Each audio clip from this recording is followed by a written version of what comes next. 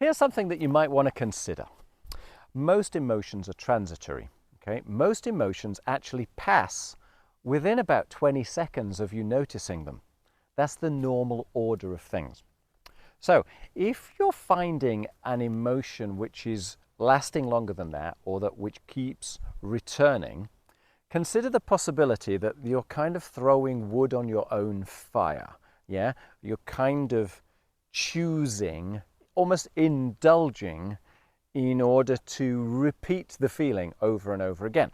So the question is, why would you choose to do that if it's an emotion that you don't like? Yeah, and the likelihood is because there's a secondary gain to it. There is a benefit to feeling the way that you choose not to.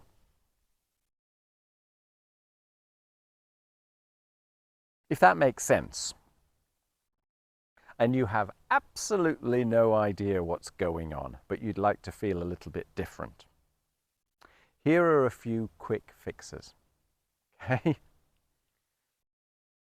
I'm one of these people that always wants to fix the root cause. So actually what I do personally is I put myself into self-hypnosis and then I lean into the feeling. But you can just simply close your eyes. Lean into the feeling. Assume that the feeling is a messenger and ask the messenger what he wants or what she wants or what it wants. Yeah. That's what I do. And then I give that all the space it requires. That's my approach. But if you want to change a stubborn feeling that you, in actual fact, are reinforcing, are throwing wood on the fire of, our life is lived through metaphors. Our life is lived through stories.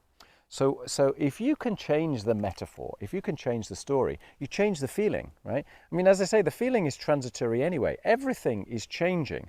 But what you're doing by changing the story is you're changing the mechanism by which you're maintaining the feeling. So you can do this in a whole variety of ways, but let's do a couple of really, really simple ones, okay? So you have a feeling inside of yourself that you don't like, okay? That's the basics. Don't watch this video whilst operating machinery, whilst driving. Only do so when it's safe to do so. Close your eyes, yeah? Close your eyes. Find the feeling inside of you. Whereabouts inside of you is that feeling? Where specifically? If you could give that feeling a name, what would you call it? If you could give it a shape, a color, a texture, a sensation, a temperature, a movement,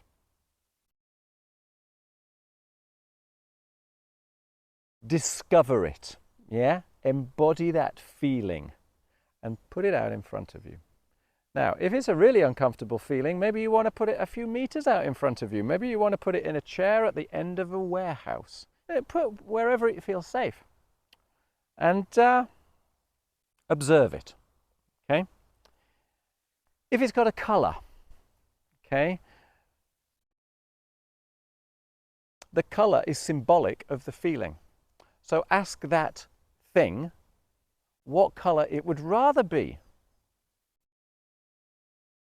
Flood it with the new color. Put it back inside of yourself. If it's got a movement, notice the movement. In your mind, turn the movement the opposite way. Turn it the opposite way faster and faster and faster until it gains its own momentum. Put it back inside of you and notice what's different.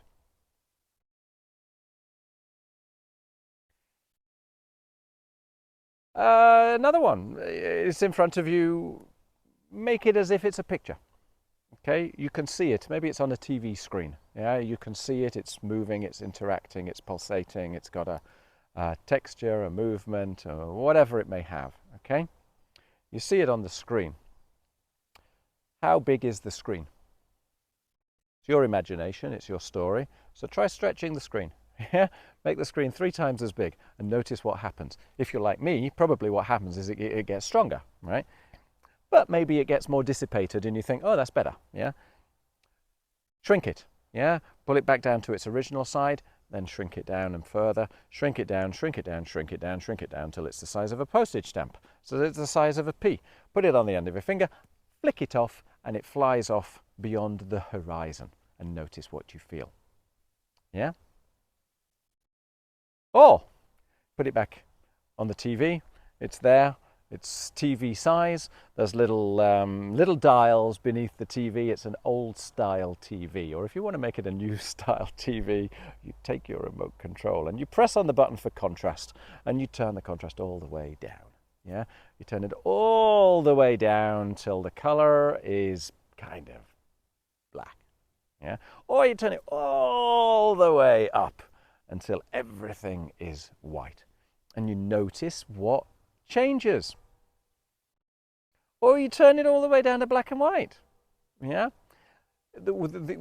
every single one of these actions, what it is doing, because you are embodying.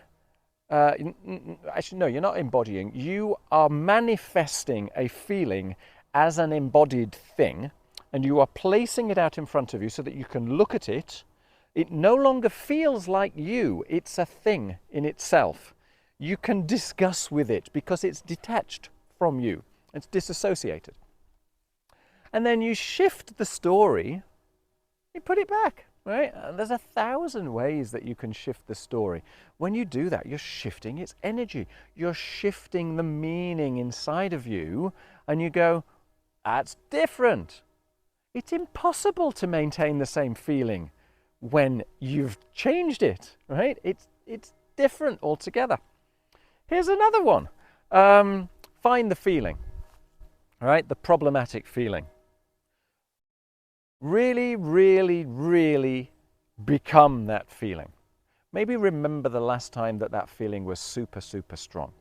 But what I want you to do is to notice, either in the memory or in the present moment, what your posture is like.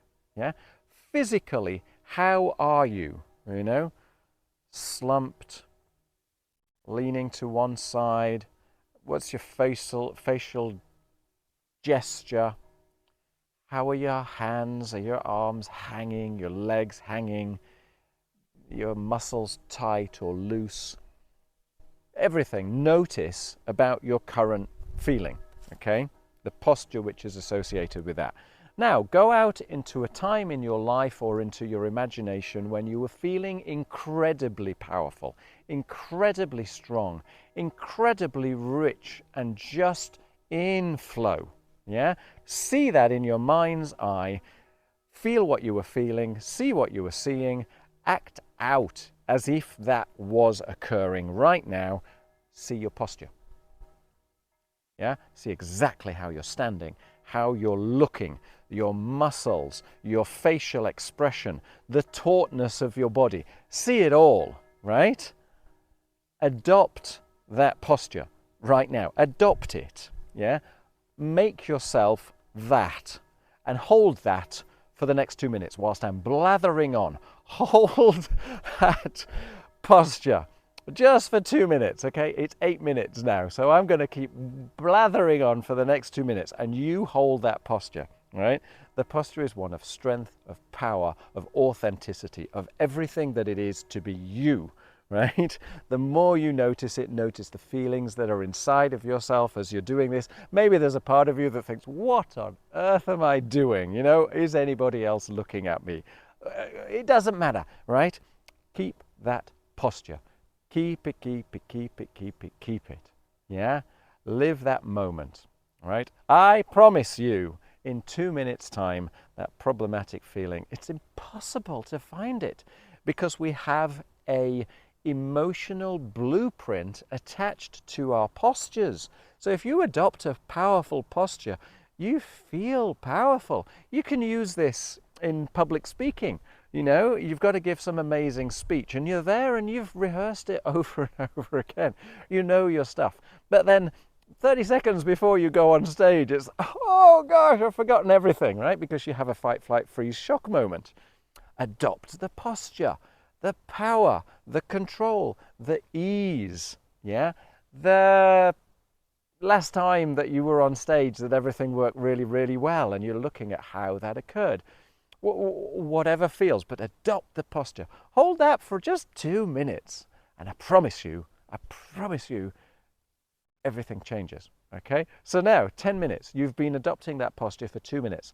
Now, I want you to remember what that old feeling was and try and find it and notice what's different. There's like 5 or 6 different ways that you can very rapidly shift from one feeling state to another. Okay, now, as I say, what's most important for me about this is the emotion trying to get your attention? Is it a symptom of something? You know, the emotion is never ever the problem. The emotion is just a messenger. So my best advice in general is make friends with the messenger. It'll go away once you've heard its story. But there are times, all the time, right, when we can't deal with our emotions in that moment, in which case any of those techniques that I've just told you, and there are thousands more as well, they'll all work. Yeah. Thanks for watching. I hope that's amusing, and give it a try. Give it a try. What have you got to lose? All right. Take care. Bye.